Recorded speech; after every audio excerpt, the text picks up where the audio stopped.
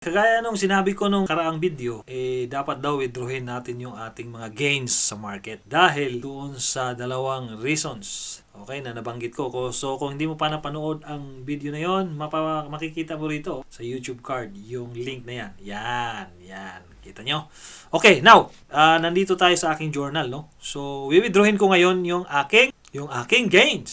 Kasi nagka-gain na tayo kahit paano dito sa ating MyTrade account. Meron akong gain na 2,041.85. So, withdrawin ko ngayon yan. So, makita nyo sa aking journal, nagdagdag na ako ng withdrawal. 2,041.85. At kung tingnan natin dito, meron na tayong natitirang 9,000, no? Pero nandiyan pa rin pala yung ating profit loss, no?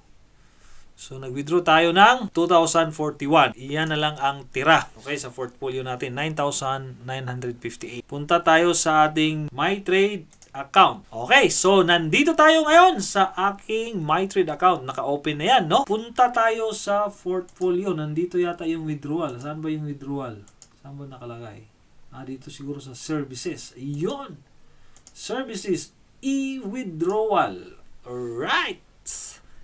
Yan. So, palakihan natin yan para makita natin maigi. Uy, makabalik. Oops. Yan. Ganyan. So, gumagana ba ito o hindi? Waiting for MyTrade.com. Subukan natin tong bagong features ng MyTrade. Yung E-Withdrawal. Wala pa tayong history. So, tingnan natin kung anong lalabas. Kung tingnan natin history, sigurado walang lalabas dahil wala pa tayong history. Iyon. Fund Overview. Withdrawal history. Yan lang daw yung available ko. Yan yung natira sa ating account dahil mayroon tayong hawak na stock ngayon which I will reveal later on. So, back. Withdrawal requests. Yan. So, withdrawal request tayo. Ayan na. Okay, click natin. Withdrawal request.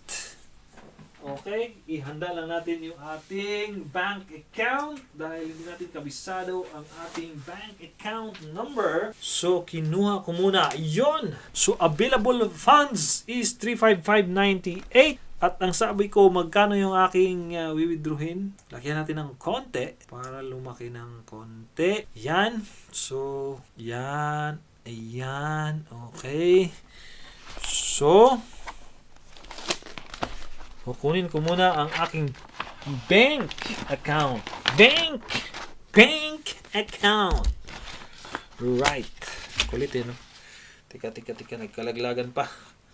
So, iyon. So, ito ngayon yung request date natin. Ang sabi ko, ang withdrawin ko ay... Nasaan na? Ang sabi ko, ang withdrawin ko ay... Hindi ako mag-drawing kung hindi pupunta ako sa bank transactions. 204185. 204185.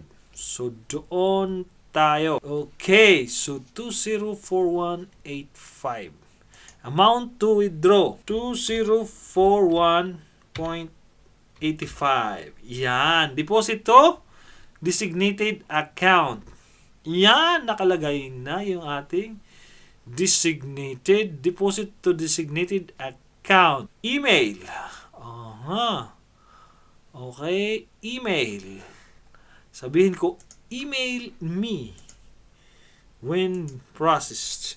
Email me when the transaction is done. Okay? So, ayan na.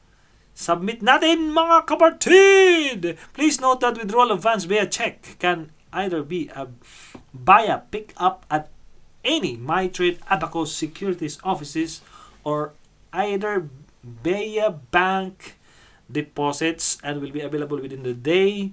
Once we have fully validated your request, provided further that your request is received before 12 p.m. The availability of funds from check deposits may be subjected to clearing period. Pick up at MyTrade Abacus Securities Office can be claimed Mondays to Fridays from 9 to 4, including holidays. Okay, submit na natin. Submit na natin ang ating withdrawal sa ating gain. At i-separate natin yan. Ilagay natin yan sa ating isa pang bank account. Okay, dokie, and click submit. Tada! Never. Your withdrawal request has been submitted successfully. Check withdrawal status. Okay, so yon, nasubukan natin guys ang ating bagong feature ng MyTrade, na kung saan namimiss natin ang ganyang features dahil yung dati nating broker ay merong ganyan. Napakadaling mag-withdraw. So tingnan natin bukas ng umaga kung meron nga bang pumasok sa ating account.